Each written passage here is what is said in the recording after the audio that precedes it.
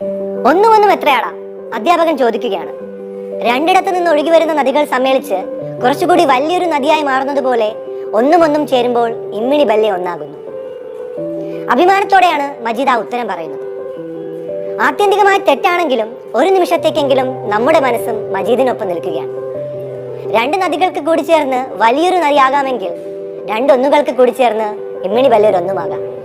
ചൊറിയുന്നിടത്ത് മാന്തുന്നതാണ് ലോകത്തിൽ വെച്ച് ഏറ്റവും സുഖമുള്ള കാര്യമെന്ന് പറഞ്ഞ, പെണ്ണുങ്ങളുടെ തലയ്ക്കകത്ത് നിലാവെളിച്ചമാണെന്ന് എഴുതിയ, അച്ചടി ഭാഷയിൽ സംസാരിച്ചതിന് ഉമ്മായുടെ തവിക്കടിയേറ്റ മലയാളത്തിന്റെ സ്വന്തം ബഷീറിനെ നമ്മൾ എങ്ങനെ മറക്കാനാണ്?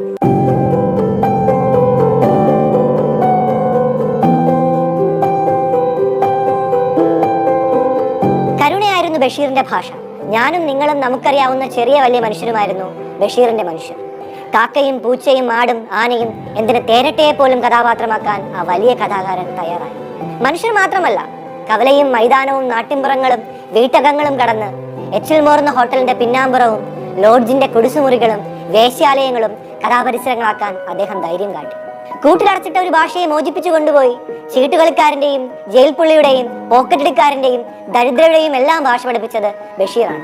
അനുഭവങ്ങൾ ഇച്ചിരി പിടിയുണ്ട്, അവരെ അങ്ങ് കാച്ചിയാൽ പോരെ. അങ്ങനെയാണ് ബഷീർ പറയാറ്. അനുഭവങ്ങളാണ് ബഷീർ സാഹിത്യത്തിന്റെ എല്ലാം. കണ്ടും അറിഞ്ഞും അനുഭവിച്ചും അദ്ദേഹം സമ്പാദിച്ച മൂലധനം. 6 വയസ്സുകാരനെയും 60കാരനെയും ഒരുപോലെ വായിക്കാൻ പ്രേരിപ്പിക്കുന്ന എഴുത്ത് ബഷീറിന്റെ കൈവശാവകാശത്തിൽപ്പെടുത്തി.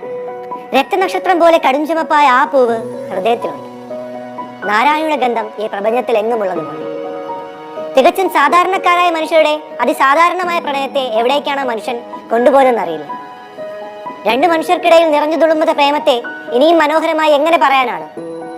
ഒരു നോക്കിലൂടെ, രസകരമായ വാക്കിലൂടെ, കരുതലിന്റെ ചെറിയൊരു കൂട്ടിച്ചേർക്കലിലൂടെ ബഷീർ സൃഷ്ടിച്ചെടുത്ത പ്രേമപ്രപഞ്ചത്തിൽ തന്നെയല്ലേ നമ്മളെല്ലാം ഉള്ളത്.